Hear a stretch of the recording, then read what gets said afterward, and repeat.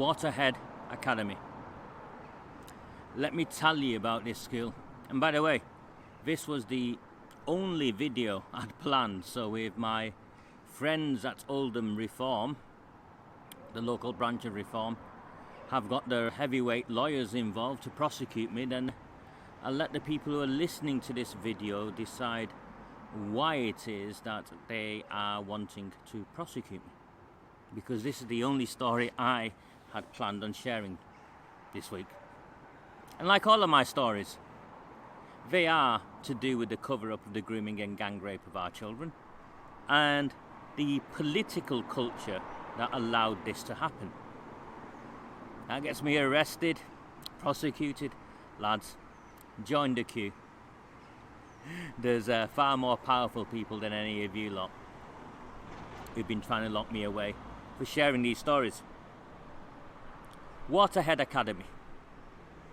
It was one of those new schools built in Oldham after the 2001 riots. So the riots were known as race riots, and what essentially took place was when the government looked into it, they decided that the reason, or one of the main reasons the riots took place, was that people were leading parallel lives in this town. And because one community did not positively interact with another, it created a space where far-right extremist narratives could get hold, and before you knew it, everything erupted. So the council being the council, the government being the government, decided that they would deal with this through a series of initiatives that I would call social engineering. And what they did was they shut down across the town a number of secondary schools.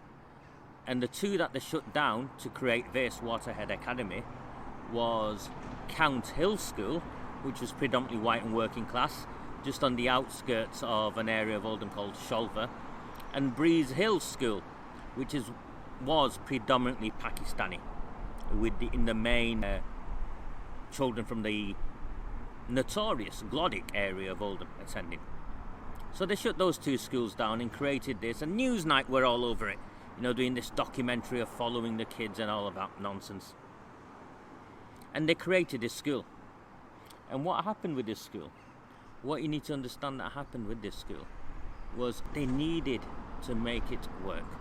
They needed to make it look like integration was working. And the consequences of that, in particular for the children from the white working class communities, the consequences of that was devastating. Because they covered up gang rape of children. That's what this school did. It covered up the gang rape of children. Now, we already knew that the old Count Hill School, the Pakistani taxi drivers had moved in and they were picking up girls from outside the school gates. The older Asian boys were grooming the younger ones and passing them on to the uncles to rape, drug and traffic. It's a well-known story. So this school did not open in a vacuum of them not knowing, the senior leadership not knowing what was taking place. But it made it worse, because when this school opened, it opened up a new group of white families into this school from the nearby Greenacres area, sort of a lower middle class white area, not in tune with some of the aggressive interactions that the white working class had endured with their Pakistani neighbours at Count Hill School. So a whole host of white young girls came to this school who'd been raised the right way. Raised not to be racist, raised to be accepting of people who are different, and raised, not to carry prejudices with them. It was the worst thing that could have happened for many of them, because straight away the older Pakistani boys worked out that here was a naive, ignorant demographic, new girls that they could target, that they could groom. So they groomed these girls, made them as though they were their girlfriends. And these were boys at the time, remember, slightly older, but boys. So they were partners in what was taking place. Let's be very clear. The 15-year-olds, 16-year-olds, year 10, year 11 Pakistani boys were 100% partners in what was going on, and they would take them from here to somewhere like Alexander Park, groom them where they'd be separated from their families. So the families didn't know any better, they were racist, there were prejudices, they loved them, so that was the grooming element. And once they'd separated these poor children from their families, from their support structure, all from this school by the way, they introduced these girls to the older cousins, took them to parties, introduced them to drugs, cannabis to start with, heroin as they moved on, and before you know it, these very middle class girls, decent kids from stable families, had been groomed. Just like that. Separated from their families, and they were being driven around in cars, sold from one man to another, from one takeaway to another takeaway, from one town to another, and all the time the authorities knew. And do you know what the authorities did to middle class parents who sent their children here? To appreciate diversity, to integrate.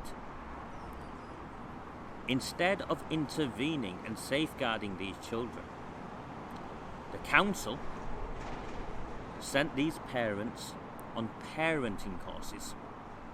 They needed to learn to become better parents. And if they didn't become better parents, their children would be took off them and put into care. So instead of going after the sophisticated Pakistani rape gangs, they targeted the parents. And over time, just as is always the case, now given a mandate to do what they do, the Pakistani gangs got braver. And they would come to this school, to this very car park to the side of me, and they would pick up the girls from outside the school. There's a horrific story of a teacher that tried to stop what took place. He died not long ago, an alcoholic, no doubt traumatized by what had took place. How he was out on the front of the school at closing time trying to stop it, but the authorities knew, the school knew, and the school covered it up. And at the time, this school was one of the beacon schools. It was championed by a man called Alan Francis.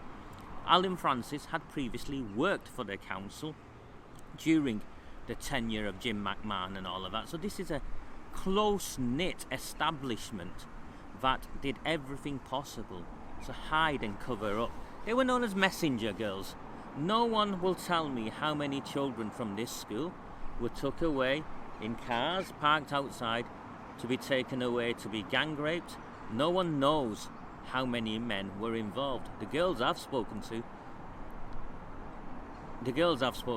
well, one used the term hundreds. One used the word hundreds, and that would be a low estimate, is what she said. Now, none of these people have been prosecuted, none of the staff here have been prosecuted, but this was endemic in the culture of this school and remains endemic to this day. There's two other stories I want to share with you about this school. One is how a lot of the pastoral staff were Muslim, were Asian, were Muslim, were Bangladeshi or Pakistani, and how one day the police pulled up outside looking for a member of staff, a pastoral member of staff. I'll name him. His name is Shaheen. He's one of Kamran Ghaffar, that's Councillor Kamran Ghafar's Bangladeshi bag carriers. You know, the ones who come after me. And the reason why they come after me is because I think in the end they probably have questions themselves to answer about their behaviour and their own personal lives. But that's another story. What the police did, they pulled up outside, they went in looking for a member of staff. His mates warned him, he ran out the back, got in the car and ran away. They wanted to speak to him for domestic violence. The school should have intervened straight away, suspended him, sacked him, because the school had a reputation to protect. It has a reputation to protect on integration, on community cohesion. So what if white girls were dragged into cars right outside to be taken away and gang raped? So what if the police rocked up looking for an Asian guy who's battering his wives, or in response to battering his wife? Even as recently as last year, this school has been hiding data on sexual harassment involving staff, all of that. These stories are now coming out one after another, and they have blood on their hands. The leadership of Waterhead Academy has blood on its hands. It allowed children to be groomed and gang raped. And remember, Andy Burnham's assurance review excluded investigating schools. Now, I'm not joking. Andy Burnham's assurance review excluded investigating schools. So that's what's taking place in Oldham. To this day, it's continuing. To this day, the cover-up continues. And the brave survivors that are coming forward. And this is the only video I was doing this week. The story I'm sharing with you because a brave survivor who went to this school and her parent have come forward to the rape gang inquiry, and they will be testifying as to what happened and the extent of the cover-up against them. Now, I asked my friends in Reform, and I mean that, I asked my friends in Reform, what is it that I've just shared that you want to send lawyers after me for? I'm not going to stop. You can keep smearing me, you can tell as many people as you want, if that's what you're doing. You can tell as many people as you want that they'll be punished if they speak to me. The rape gang inquiry and the work of the rape gang inquiry will continue. Already, paperwork, I've seen over 50 towns and cities, volunteers, survivors are coming forward, the families have come forward from over 50 towns and cities, and every day the list grows longer.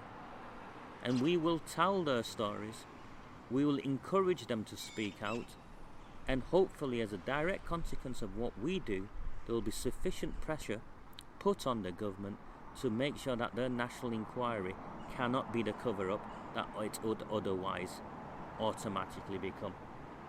So here you go, I'm naming them. Come and arrest me if you want. Waterhead Academy, neck deep in the cover-up of the grooming and gang rape of little white girls, involving a sophisticated network of Pakistani grooming gangs that's included children who were recruiting younger white girls, manipulating them, distancing them from their families, and then passing them over to their cousins, uncles and fathers, where they were gang raped and then trafficked across the country, and these bastards made money out of it, and not one of them has been held to account. Not one of them has been put in prison. Why?